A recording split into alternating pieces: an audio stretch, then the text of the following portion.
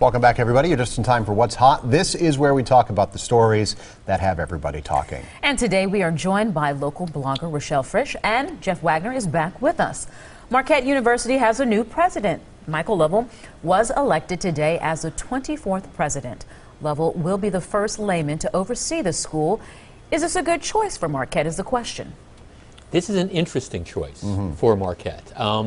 Again, the word was that they were going to find somebody who wasn't a Jesuit, brother, and I think that's probably a positive sort of step. I think you need somebody that's got some relationships with the business community. He brings that from UWM. I had a couple issues, quite candidly, with the way he handled some UWM protests about a year or two ago, but everybody in the business community seems to think this is good. I think look, Marquette, I think, needs to figure out what the future is going to be, and I've been critical of a couple of the past presidents, so I'm looking at this with some optimism, I guess. I mean, from everything that I can tell, I'm not an insider and I'm not a Marquette alum, but it seems like there's everything good about it. To me, the first telling thing was that the board unanimously voted for him. There weren't any caveats or ifs, ands, or buts. And I also think it's kind of a cool alignment with where it seems the Pope is trying to take the Catholic Church and being more progressive, getting more lay people involved. And not only that, the Pope is a Jesuit. So to me, there's some neat alignments going on. So the main role of the president of a university like Marquette, and you've got all this leadership stuff to do, but as you get out, you press the flesh and you raise money for your institution. Do you think that he can do a better job of it than Father Pillar's did, who was kind of known as not the best guy to go out and mix and mingle? Right, and before that, Father Wild, who was very, in my opinion, very controversial during his term at Marquette. So, yeah, I mean, I think you bring that perspective. The other interesting angle of the story that not a lot of people are talking about yet, I'm being told that there's folks at UWM who are extremely unhappy with this because this just kind of came out of the blue. Buzz Williams, leaving for Virginia Tech kind of came out of the blue. I'm told there weren't a lot of people at UWM who thought that this was going to be happening, and I take that for what it's worth. But that's the other side of this coin. As an alum, how do you feel? So far, so good. I mean, I like that he's a Milwaukee guy, that we're not getting somebody from the East Coast coming in here. This is somebody who's had his feet on the ground in our city for 6 years and knows what we're about. Right. And Marquette needs stability. I mean, that's one of the things that the university is dealing with now, where there's been a turnover in a lot of different high-profile positions. You want somebody that's young enough and committed to the community that they're not going to be using this as a stepping stone and they're going to be gone 3 or 4 years from now. And I do think because of his Milwaukee ties, there's a chance for that, and that's a good thing. That is a good point. Now get us a basketball coach. Coming up next, a review of the viewer's choice topic of the day. And of course, Jesse Ricka will be back with another look at your forecast, one thing at a time, one thing at a time. Our viewer's choice topic of the day. Again, we're joined by Rochelle Fritsch and Jeff Wagner from 620 WTMJ. The viewer's choice topic today, the family of an 8-year-old girl from Virginia pulled their daughter out of school. They claim administrators said she did not appear feminine enough. The family received a letter saying their daughter had to dress and behave like a girl. Have at it. I wish I had more information. I really do. This is a Christian school. Yeah. Yeah, I mean, well, and exactly, but here's the deal, even more so. It's over 40 some odd years old. It seems to have a stellar reputation. I just can't put together them putting themselves out on the line for something as blatantly discriminatory as that.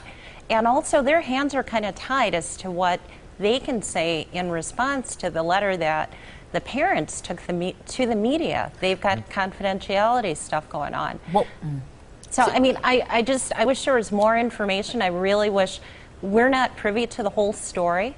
I guess I just don't understand the whole concept, though, of what's it like to be more like a girl or more like a boy when you're talking about 8-year-olds. I mean, I will tell you, I know, I have friends who, when they were younger, were tomboys in every sense of the word, who are about as feminine as you could possibly imagine as they have grown up. I don't know how else to say that. And so, I mean, it's kind of like, Okay, what's the big deal one way or the other? Well, apparently there was a shift. Like when she was 5 years old, she had very long hair. She decided to cut it off in order to give it to Locks of Love. And then she started to really like her hair short. And then from that point on, she just wanted to wear jeans and a t-shirt. But none of that really says to me that you're not feminine. Well, exactly. And so, and that's why I'm saying, and I'm not defending the school, I'm just saying the school said there's stuff that they can't necessarily divulge that had led up to this point. Now, whether that meant there was something going on in the home, because when you look at their policies, I mean, they are very, very, very strict with the behavior of the parents and to the kids and whatnot. So I really wonder what I want to know what the whole story is, because it just doesn't make any sense. Doesn't add up. Let's move on to the lightning round now. Yes, the lightning round. A California woman said that a Planet Fitness worker asked her to cover up because her toned body was intimidating to other gym members. Now, the worker asked if she could put a shirt on. And this is from the Bay Area. She's out of Richmond, California. And I do know that Planet Fitness is all into this, intimidation-free gym. But come on, don't we need somebody to aspire to? Planet Fitness will remove a piece of exercise equipment if people think it's too challenging. Really? Huh. That's how they keep getting members, because they keep getting people slackers. Because they don't want anyone to feel like they can't come. Now, Steve, you and I work out at the same place. Now, if we saw a young woman dressed like that on the treadmill next to us, intimidated, would you feel intimidated? No, or you think, hey? I would run about a mile an hour faster. You need to ask a woman that question, Jeff Wagner, not a man. Would he feel intimidated? Well, he would continue to look. Would you feel intimidated? I think you need to ask a woman of a certain age, because I'm at that age where it's like, you know what, have at it. Whatever you got, you earned it. Go for it. Well, see, the other thing about that outfit is, again, I mean, I understand that you have people who go in and wear arguably provocative outfits, to work out. That one didn't strike me as being a particularly provocative outfit. I mean, it looked pretty sort of sensible. I mean, unless she's going to be wearing a giant muumuu or something, I'm not sure what she's going to be wearing to work out if you can't wear that. But I mean, they will even I shouldn't say kick people out, but they will get someone's attention if they're grunting. Yes, the reprimand them. To me, as I thought about it, this is more, in a way, if it's one thing to say it's our policy that you can wear this, this, and this, okay? But it's another thing to say you can't wear that because it's making people feel bad. I mean, because to me it's kind of like a reverse peer pressure. Dumb it down, dumb it down.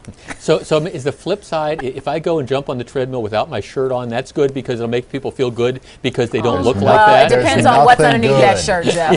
Why do we need to go there? I thought we were real clear. I need to get that image out of my mind. You know where we're going to go now? To commercial, Rochelle. Rochelle, the What's Hot discussion continues online. Find that page, tmj4.com/not Jeff Wagner. You may find him on there without a shirt.